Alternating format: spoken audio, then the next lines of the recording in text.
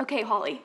So I would love to hear some of the background of your story about, like, you have this history where you grew up, you didn't know the Lord, and some of you will be hearing her story for the first time, which is really awesome because of what God has done. She's like, it's like hearing a movie script or something when you say, like, when you talk about what has happened, but you grew up, you didn't know what the family values were, you didn't know the Lord. So will you share a little bit about what that looked like? Well, I was talking about identity, right? And Yeah. and not knowing who I was in Christ. And so I grew up in this home, in this intellectual home. Both my parents were professors. It was a liberal home.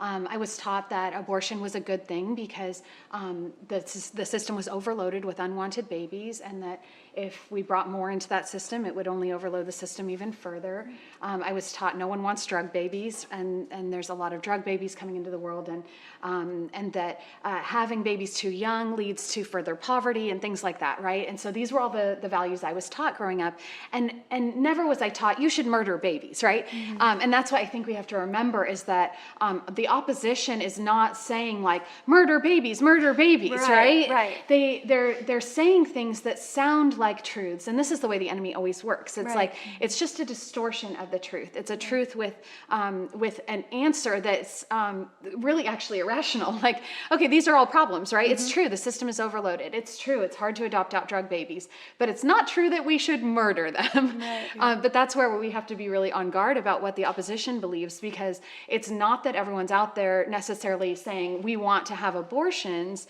They're saying this is a solution to a problem. Right. And so I think it's really important that we come up with other solutions to the problem. Mm-hmm. But that was the message in the narrative that I got growing up. And so when I found myself in crisis pregnancies 5 times over the course of my young life between the ages of 16 and 21, in every case I was addicted to drugs, so I knew it would be a drug baby. In every case it was in an abusive relationship with a man, and so I knew I would be kind of forever knitting myself to that man.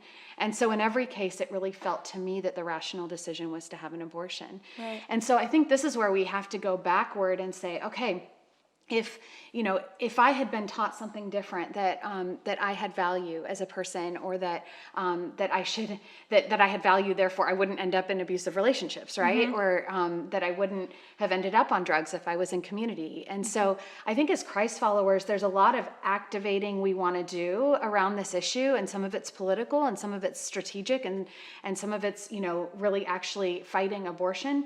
But my heart is really to come alongside and love women and show them their identity, because until they know their identity and until we can correct some of those messages, it's really hard to actually stop them from having abortions, right? Mm-hmm.